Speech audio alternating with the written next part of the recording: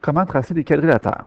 Donc, on va commencer par le plus complexe des quadrilatères, c'est-à-dire le carré ou le rectangle, et ensuite on va retourner vers le trapèze. Plus un quadrilatère a de propriétés, plus il est facile à tracer. Donc, supposons que je commence par le rectangle, parce que de toute façon, le carré, c'est un rectangle dont les côtés sont tous isométriques. Je veux tracer un rectangle qui mesurait, par exemple, des côtés de 5 et de 2 cm. Je commence toujours par le côté le plus long et j'utilise toujours pour commencer un segment de longueur donnée. Donc ici, je pourrais donner un côté de 5 cm. Tant qu'à faire, je pourrais tout de suite cliquer sur mon objet et afficher dans les propriétés sa valeur, qui est de 5 cm. Maintenant, un rectangle, ça a des angles droits. Donc, je peux travailler avec mon outil qui est perpendiculaire ici. Donc, je fais une perpendiculaire.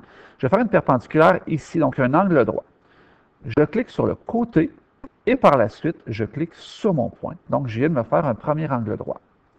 J'aurais pu faire la même chose de l'autre côté, mais je vais utiliser ça fonctionnerait très bien, sauf que pour me sauver un petit peu de temps, je vais utiliser un autre outil.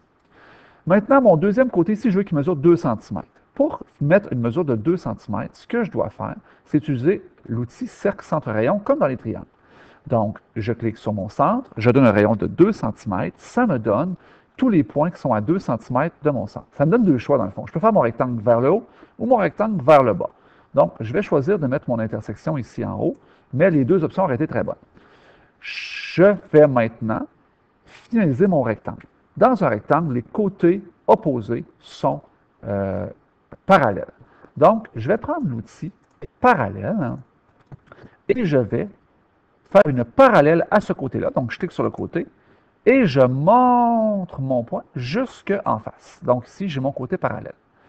Je vais faire une parallèle à ce côté-ci. Donc, je clique sur ce côté-ci et je la fais passer par ce point-là.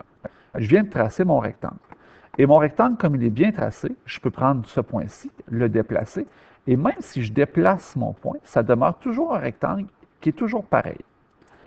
Maintenant, ce qu'il me manque à faire, tracer mon polygone. Là, il me manque mon point d'intersection ici que je dois identifier. Et je trace mon polygone à quatre côtés, qui est un rectangle. Si je veux afficher mes valeurs, je peux faire mesure d'angle, ici, angle, cliquer. Et là, tous mes angles de 270 degrés apparaissent. Donc, si je refais mon polygone dans le sens inverse,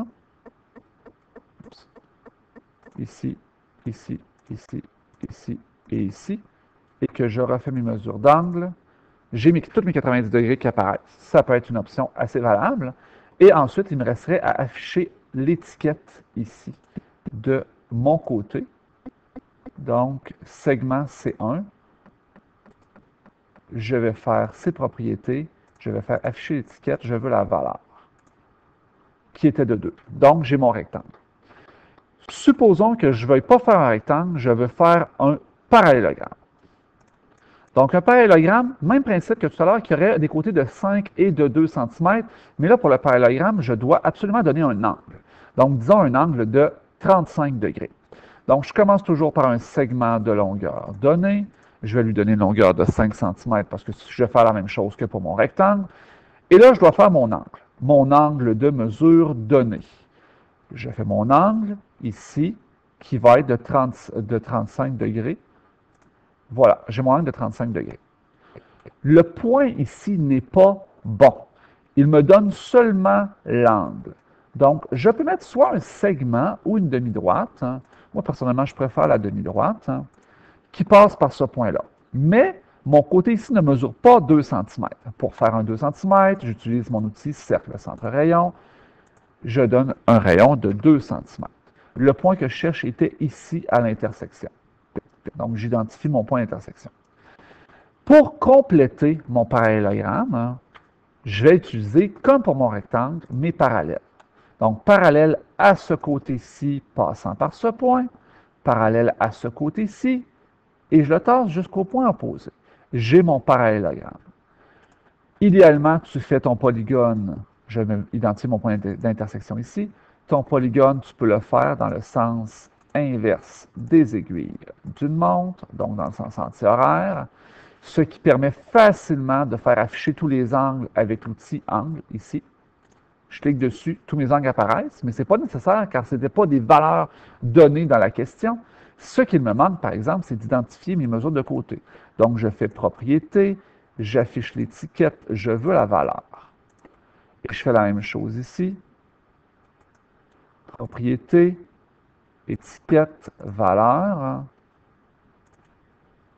de mon côté ici.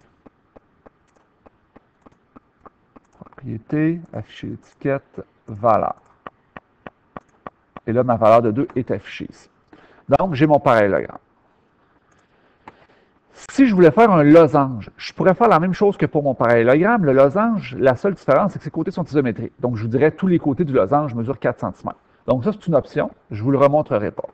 Maintenant, si je voulais faire un losange à partir de ces diagonales, par exemple, je vous donne les mesures de diagonale. Donc, je commence, je vous dis un losange dont les diagonales mesuraient 5 et 10 cm. Je commence par la plus longue diagonale, qui aurait une longueur de 10 cm. Donc, segment de longueur donnée. Et je pourrais même tout de suite faire afficher, propriété, la valeur de ma diagonale. Ma valeur ici, je vais la prendre, je vais la déplacer pour une bonne raison tout à l'heure. Ensuite, mes diagonales dans un losange, je sais qu'elles se croisent à angle droit au milieu. Donc, je pourrais trouver le point milieu ici, point au milieu. Ça me donnerait un point au centre ici, et je ferai une perpendiculaire. Cependant, soyons un petit peu efficaces, l'outil médiatrice, lui, fait une perpendiculaire qui passe au milieu du segment. Donc, je serais un petit peu fou de ne pas m'en servir. La seule chose, c'est que je dois mettre mon point à l'intersection ici au centre parce qu'il va me servir par la suite. Là, j'ai une diagonale qui mesure 10 cm. Dans l'autre sens, je veux que ma diagonale mesure 5 cm. Mais ce n'est pas 5 cm en haut et 5 cm en bas. Dans le fond, ça va être 2,5 cm en haut de mon point et 2,5 cm en bas de mon point pour faire une diagonale qui mesurait 5 cm au total. Je vais donc utiliser, car je veux mettre une mesure particulière, l'outil cercle centre-rayon. Et je vais mettre pas 5, mais bien 2,5, car ça va me faire 2,5 en haut, 2,5 en bas de mon point central ici. Mes deux points que je cherche, ce sont ces deux points d'intersection ici. Et je suis prêt à tracer mon losange. Idéalement, je trace mon losange dans le sens inverse des aiguilles d'une montre. Là, comme je l'ai dit dans les autres, il faut afficher les mesures qui étaient données dans la question. Donc ici, il faudrait que je fasse afficher cette longueur-là. Donc, si je veux faire afficher cette longueur-là, le plus facile, c'est de faire par-dessus un segment, ici, qui passe d'un bout à l'autre. Et ce segment-là, je vais faire ses propriétés, je vais faire afficher son étiquette et sa valeur. Donc, à ce moment-là, ça me dit que ma diagonale vaut bien 5. Donc, mon losange est tracé. Il me reste à faire les trapèzes. Les trapèzes sont les plus complexes. Il y a le trapèze rectangle, le trapèze isocèle et le trapèze quelconque, ou trapèze calène. Donc, si je veux tracer mon trapèze, l'important, c'est de savoir que les deux bases sont parallèles. Donc, l'outil parallèle devra être utilisé. Je commence par un premier côté. Donc, supposons que je vous dis la grande base, qui est le premier segment, a une longueur donnée de, supposons, 9. Donc, je trace un premier segment qui serait de longueur 9. Ensuite, ce que je vais faire avec ce segment-là, imaginons que je commence par le trapèze rectangle. Le trapèze rectangle, ce qui est le fun, c'est qu'il y a des angles droits. Donc, je pourrais tracer tout de suite une perpendiculaire. Supposons que j'ai mon angle droit ici, donc perpendiculaire à ce point passant par ici. Donc, je viens de me faire un angle droit. Et là, je devrais vous donner la distance entre les deux bases. Donc, je devrais vous donner ici la longueur de ce segment-là. Supposons que je vous dis que cette longueur-là, c'est de 5. Donc, je vais utiliser l'outil cercle centre-rayon et je mets un rayon de 5. Le point que je cherche est soit ici en haut, soit ici en bas. Donc, je vais mettre mon point d'intersection ici. Donc, j'ai un segment de 9 ici, j'ai un segment de 5 ici, et là, je dois finaliser mon trapèze qui irait par exemple là et là. Je dois vous donner la longueur de cette petite base-là ici qui est en haut. Mais l'important, c'est que cette base-là est parallèle à celle-là. Donc, je vais utiliser mon outil parallèle pour tracer une droite parallèle. Et sur cette parallèle-là, je vais le mettre en longueur. Supposons que la petite base ici mesure 3. Je vais encore utiliser mon outil cercle à centre rayon. Je clique ici, je donne 3 comme rayon, et le point à laquelle ma petite base se terminait est ici. Point d'intersection, là. Et ensuite, je ferme mon polygone en reliant les 4 côtés. Tu veux faire afficher les angles, ben, tu peux cliquer sur l'outil angle, cliquer dans ton polygone, tous les angles s'affichent, en autant que tu as bien construit ton polygone dans le sens inverse des aiguilles d'une montre. Et il reste à afficher les mesures des 3 côtés. Donc, tu prends ton outil déplacé, tu cliques sur tes côtés et tu fais ses propriétés, afficher l'objet, on veut la valeur. Et à ce moment-là, tes mesures de côté vont s'afficher. Tu fais ça pour les 3 côtés qui étaient donnés. Imaginons maintenant que je veuille que tu fasses un trapèze isocèle ayant une grande base de 9 cm. Donc, cette grande base-là ici mesure toujours 9 cm. Maintenant, si je veux te faire un trapèze isocèle, ce que je vais te dire, ton trapèze, il a des côtés qui mesurent tant et des angles qui mesurent tant. Donc, disons des côtés qui mesuraient 3 cm et des angles à 45 degrés. Donc, j'utilise mon outil angle de mesure donnée. Je vais faire un angle de 45 degrés ici. Donc, clique sur les 2 sommets, je donne un angle de 45 et ça me trace un premier angle. Idéalement, tu mets un segment ou une demi-droite. Je vais travailler avec une demi-droite. Et par la suite, je vais faire un autre angle de 45 degrés, mais de l'autre côté. Donc, angle de mesure donné, je clique sur mes 2 sommets. Et là, ici, mon angle est de 45, mais je dois changer le sens. Donc, 45 degrés, et je vais tracer une demi-droite.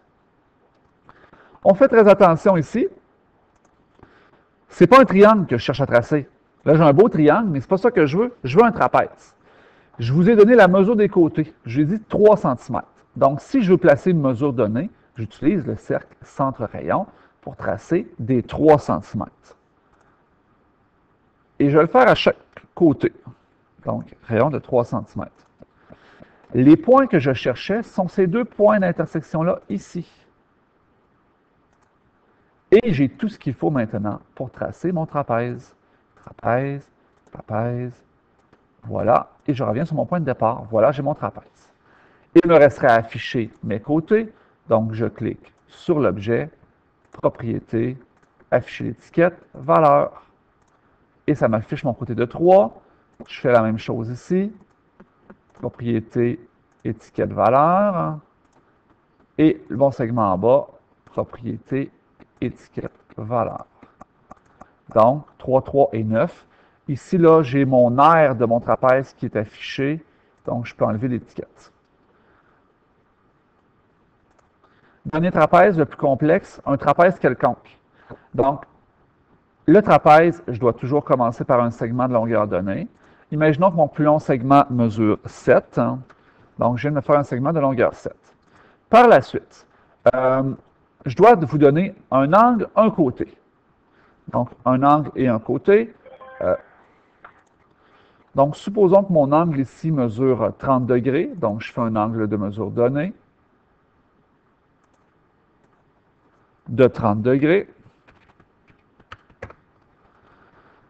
Je me sers d'une demi-droite ou d'un segment pour relier. Je dois vous donner la mesure de ce segment-là. Donc, supposons que je vous dis c'est 2 cm. Je vais utiliser le cercle centre-rayon pour un rayon de 2 cm. Et ce point d'intersection sera le point que je cherche. Je dois vous donner la longueur de la petite base. Donc, par exemple, sauf que la petite base, je sais qu'elle est parallèle à la grande base. Donc, je vais faire une parallèle qui est parallèle à ce côté-là, passant par ce point. Et là, pour l'instant, ça commence à avoir l'air d'un parallélogramme.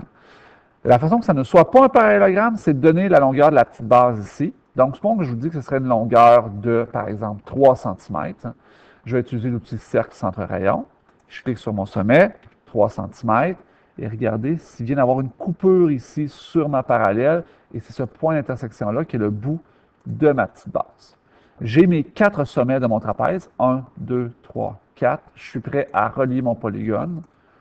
2, 3, 4. Et je reviens à mon point de départ. c'est bien un trapèze. Et maintenant, tout ce qu'il me reste à faire, c'est de renommer les 3 mesures de côté qui avaient été données dans la question, chose que j'ai faite, donc que je ne referai pas ici. C'est tout.